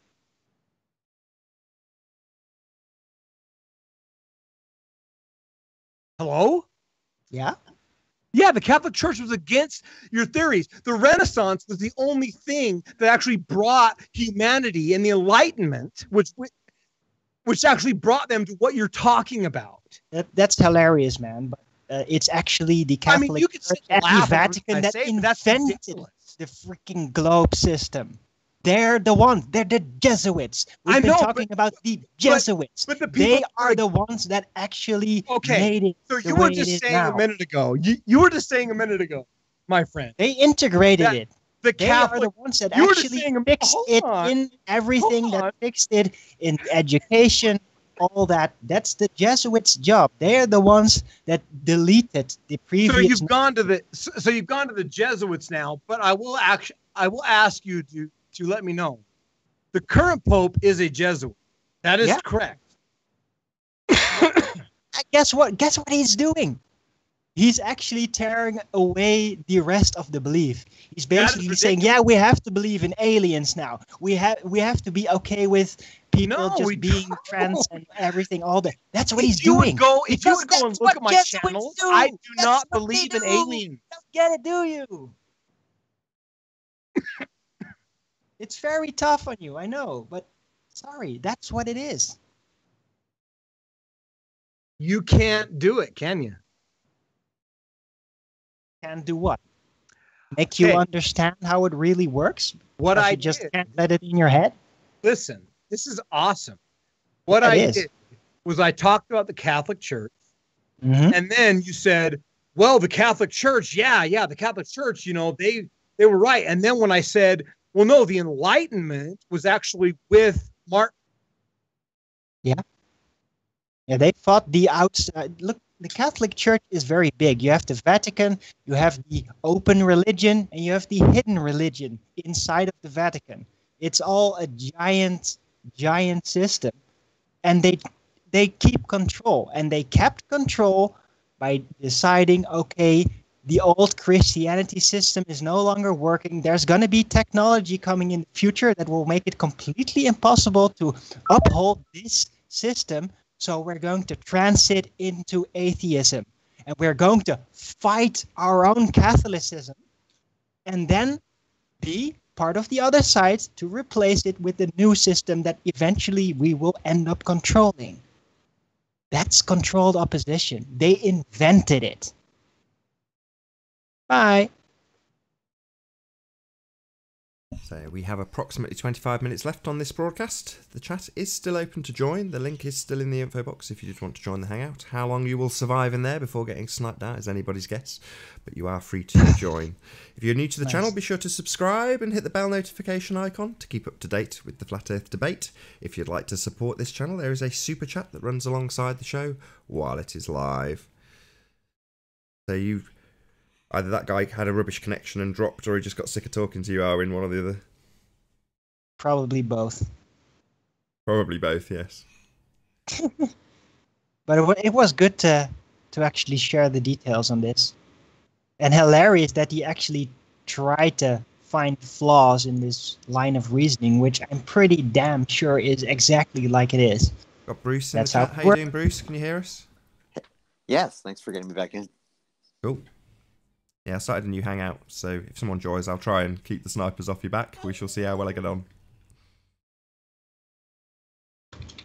So did we lose the gentleman who was talking? That was really good. Yeah, he dropped on Skype. He either got a bad connection. He was dropping in and out occasionally, so maybe we'll hope it's his connection as opposed to frustration with Arwin. These historical anecdotes that we hold on to and not really kind of use critical analysis on are hilarious. Galileo being the best, where he's supposed to be this heretic, defending the globe, and the church is so mad at him that they give him house arrest. They're murdering heretics all around the world for less, but they're giving this guy house arrest for defending the globe. That is called a false flag, my friends. And one more filler, every astronomical seat to this day, but was made a purpose in the 1700s, Jesuits made sure that they were in every kingdom holding that astronomical seat, which is why so many of our telescopes are still monitored by Jesuits. Thank you. That is indeed true. That is, that adds to my argument. Thank you. Well said. Thank you. Yeah, it is the most elaborate, crazy but true conspiracy the world has ever known. It is the most giant psychological operation that encompasses the entire Western world and even beyond. And it's amazing that they actually managed to do it and do it that well for so long. If it's true, what you deduce from that You're about to get sniped. Sorry, Bruce. We're about to get sniped, yeah. I think so. Email me at my screen name, so it's NathanOakley1980 at AOL.com. Just drop me an email and I'll add you on Skype. So, yeah, continue. No, you've just been muted, actually. You didn't get sniped. You've been muted, Bruce. Sorry, my fault. Yeah, unmute yourself. If this is true, the reaches of this deductively are just amazing, because what you have to gather at that point is that really there are no factions in the world as far as governments go.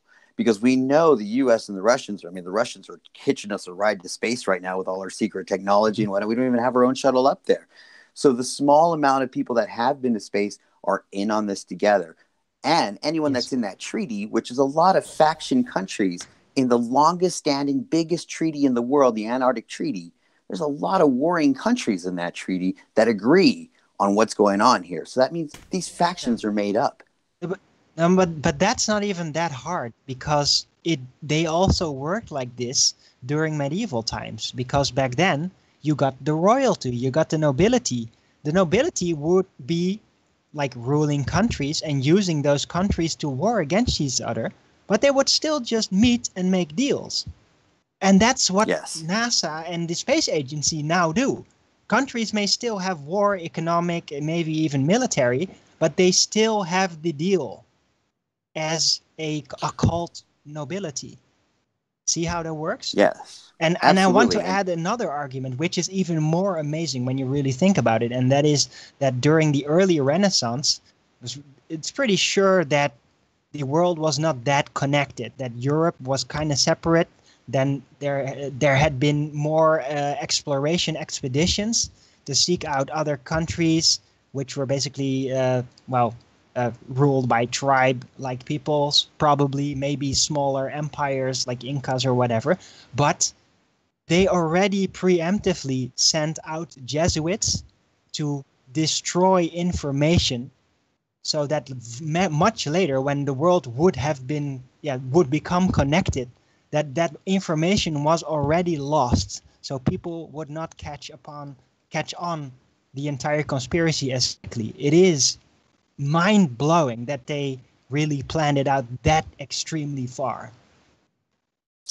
Yeah, and everyone really points to JFK, for example, as someone that, is this triumphant fighter against secret societies. And they always point to that ridiculous speech where, if you really break apart that speech, he's talking to the press about the Russians, and he's saying, just like Trump is right now, hey, quit leaking stuff to the Russians and, get on my board and keep some secrets for a change, because we have to fight a big enemy. But the point is if you think about it, JFK is at the heart of this huge conspiracy. He is the beginning of the military-industrial complex. He went to a Fabian school, the England School of Economics. That is the chief Fabian school. It is a complicated scenario. It's not that obvious what that really was. It's I still get a headache sometimes about from that. Let me give you a real headache. We all see these pictures of Walt Disney and Van Braun starting NASA. But does anyone have a really good narrative of how these two characters got together? Well, they were friends, basically, as World War II ended. Right. How did they America become friends? secretly how did assimilated these two people get involved with scientists, and then the German scientists became part of America and the military-industrial complex in America, and they founded NASA. Specifically, the media system Walt Disney were and Van a big Braun. part How did of these the startup. people come together? Not surprised. Sorry? I don't know the answer to your question. I don't know how those two characters came to be together. It makes no sense, but yeah, you do. Let me tell you, and then it all ties together. Okay, there's a lot of evidence showing that Adolf Hitler was being played by the same person as Walt Disney. Both of them being played by the supposed dead son of Roosevelt, named Kermit Roosevelt, who died at the age of 26, supposedly in a plane crash. Mm-hmm. If Hitler is indeed Walt Disney, does it not make sense that these guys are best friends as they come to America? Well, are you saying that Walt Disney is Hitler? I can lay out a lot of evidence from here, but just think about how much that ties together. Okay, that does give me a headache. Suddenly, if he is, the evidence aside, if he is, suddenly his relationship with Van Braun makes so much sense. Well, it is kind of known that Disney was kind of a racist, like more than usual, and all that stuff. But now I think to actually say that he's literally Hitler is one step too far. But I'm absolutely not surprised that they were friends. You have to remember that the Nazi empire, even in the early days, was partially founded upon media power. America started this up with Disney and Hollywood.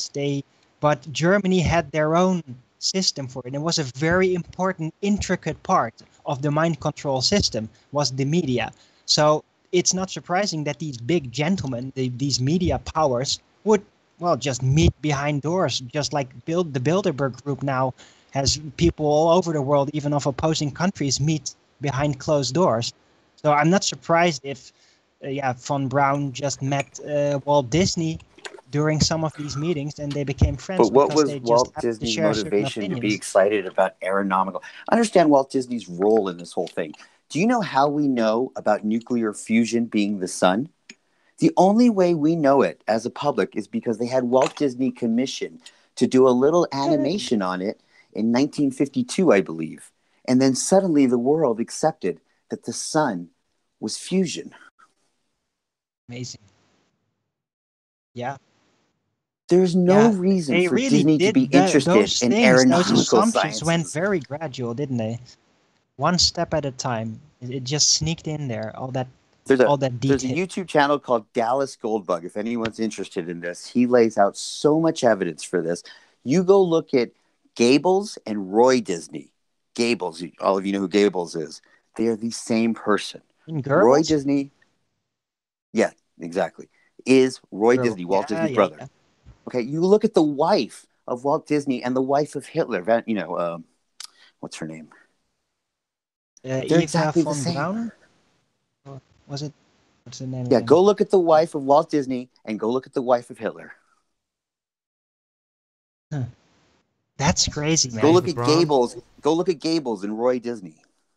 Project Paperclip. What about the rumor? Okay, you obviously know pretty elaborate details of this era and these people. What do you think about the more recent theories that Hitler actually, after or during the World War end scene, basically migrated in secret to South America, with the photographs being taken of him there and these places where he's been, people testifying to that? What do you think about that? I think that's the disinfo. I think the real truth is he was Walt Disney. If you look at Walt Disney's home and you look at an aerial shot of his home in Hollywood, they inverted it and that's the home they use as the bunker for where they say Hitler committed suicide. I have to say that is pretty far out there, man, but who knows? The world is crazy enough that you just might be right.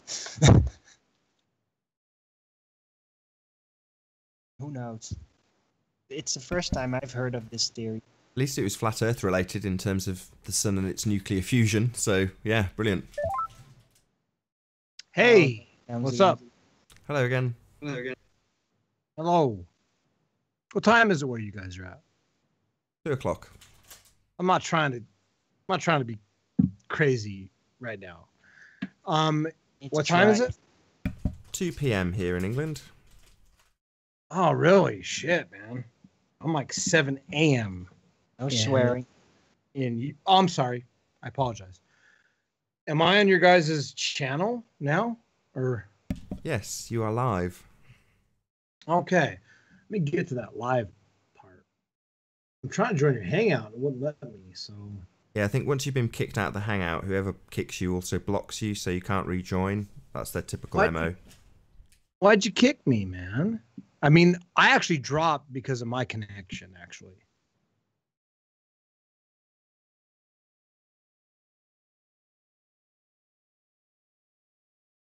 Come on, what the heck? This is the gentleman I wanted to speak with. This is great. No, nobody kicked you. Your connection is just bad. No, I understand that. I actually lost connection. So I don't know if you got to hear my explanation of how the Catholic Church created a false flag with Galileo and how we hold on to these stories and not really critically analyze them. Go ahead. I was saying, I don't know if you heard my explanation of Galileo and the Catholic Church and how we hold on to these stories without critically analyzing them. No, go ahead. So essentially, you're talking about the Catholic Church at the time is killing heretics around the world, making examples of them, inquisitions and things of that nature. And supposedly Galileo is the greatest heretic in the world for saying the world's a globe, and he gets house arrest. That, my friend, is a false flag. But I mean, the question That's like Jeffrey. here, that's equated to Jeffrey Epstein getting 6 months in prison. You see what I'm saying? okay, but the question, the original thing that I was talking about was that you guys were actually saying that the Catholic Church, originally, and you guys, I got this recorded. You guys can't, just back up on this. I brought the Catholic Church, and you said the Catholic Church was in on this. You said the Catholic Church, they're perpetrators. They're the guys that are in on this. And I said, well, wait a minute. What about Martin Luther? And what about the Reformation? And what about, the Renaissance in the church, and what about him, posting his theses, and basically, all that. And basically, because I'm talking about indulgences. That's what I was talking about. Is I was talking about why not just have the world, because the world was already acclimated to paying indulgences for sin. Why not just, instead of, and I know you guys said that the moon landing is fake and all that stuff is fake, but the footage costs money to do. I mean, believe me, I've got green screen back here, right? I've got stuff back here that I paid money to do. I paid good money. I got a mic. I've got all kinds of stuff, and I paid a lot of money in the 21st century to do. They paid a lot. I don't mean to be rude, money. but could you get around to your point, because we're running out of time? Yes, they paid a lot of money back in those days to perpetrate that kind of hoax. So the bottom line is what I'm saying is the overarching logic of this is, why wouldn't the Catholic Church just keep accepting money and just saying there's demons out in the sky? And I want to parallel this with one thing. I already explained this to you. Just before you do parallel it, Remy, can I just address that one point? So we do still pay indulgences. We pay taxes for things like our carbon emissions. Yeah, but we pay taxes. That's still the case. Too. We do still have indulgences. They've just been renamed. Have you ever heard render unto Caesar? All right. We paid taxes way back in the Roman times, okay? Taxes aren't some new thing that happened with the Catholic Church. No, but in Roman times, the taxes were a lot lower, and they were actually serving a direct and noticeable purpose. They paid for the military system. Show me evidence.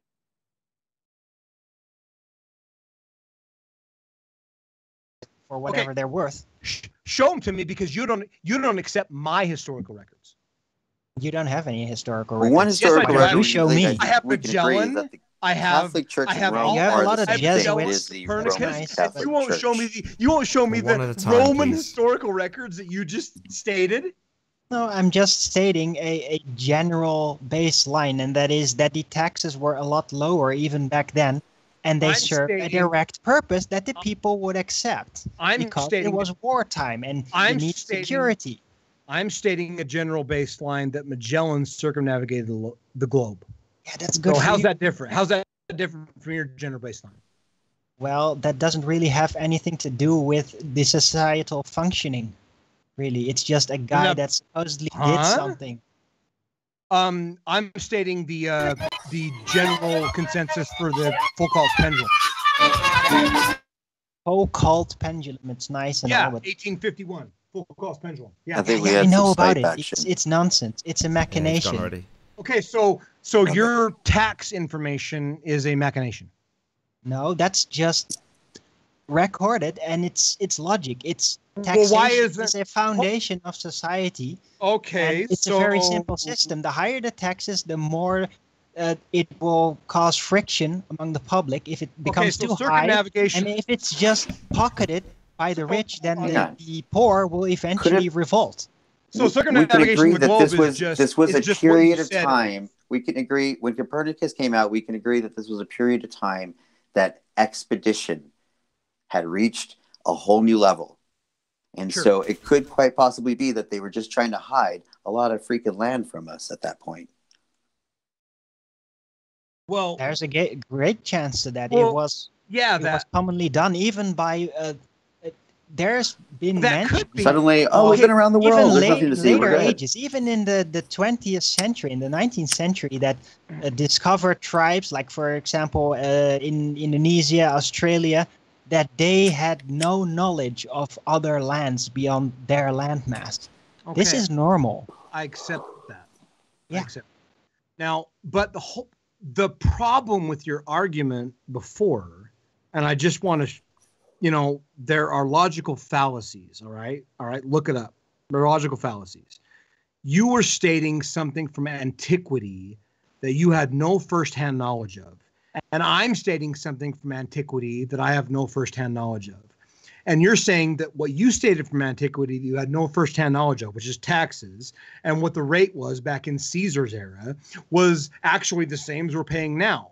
But you have no firsthand knowledge of that. Right. All you have is the same knowledge. What is your actual proof for that? What is your proof for that? Huh? What is your proof that the taxation back then is the same as it is now? Because I ask you the same question. What is your agree. proof? You're both on the same page, it sounds like. Neither of you've got any primary sources for any of this stuff. And unfortunately, I don't understand the relevance what is your either. proof that taxes were the same back then? Okay? It's the same logical fallacy, okay? So at least they didn't have a lot of subjects to basically... They had to be consistent in your taxation only works when you give good enough reasons for people to pay it. Otherwise, they will revolt. And back then, they didn't have space agencies and science and all that. They had priesthood and they had the military. Yeah, good enough. Yeah, good enough reasons are you going to get 60 killed. seconds left. Just so about a minute left. But in today's world, good enough reasons are you going to get put in jail, which is basically the same reasons they put back then. You're going to get put in jail. It's the same thing. It's the same process. No, that's the result for not paying. It's not the reason for paying. The reason is, look, we're spending this money on this and that and that and that. And it is kind of a good enough reason for the majority of people that'll feel like, yeah, that is actually something we're investing in that's helping society. If you're just saying, yeah, we're pocketing it all because we just want it, then people will revolt. And now there's a lot more stuff at least upholds people to tell them, yeah, this is the good reason for you to pay all this. My didn't have that back then. My friend, you're going to look a lot better. All right, Nathan, great job on hot potatoes. On my podcast, you're going to look a lot better if you admit that you're using antiquity and you're using secondhand knowledge, because that's all you guys claim that I'm using is secondhand knowledge. No, you are just claiming that you're using it. You just admitted that you have the same equal amount of proof that I have for this stuff. I'm not even saying that I know the exact amount. I'm just saying that it is historically known that taxes I can rewind used to be lower and that they have increased over time. And with that, I'm going to say, first and foremost, a huge, massive, enormous thank you to all of the live audience for tuning in and sharing this show, and of course a massive thank you for the patience of the debating panel. If you've not done so already, be sure to like, comment, share and subscribe. I've been Nathan Oakley and I'll see you all in the next video.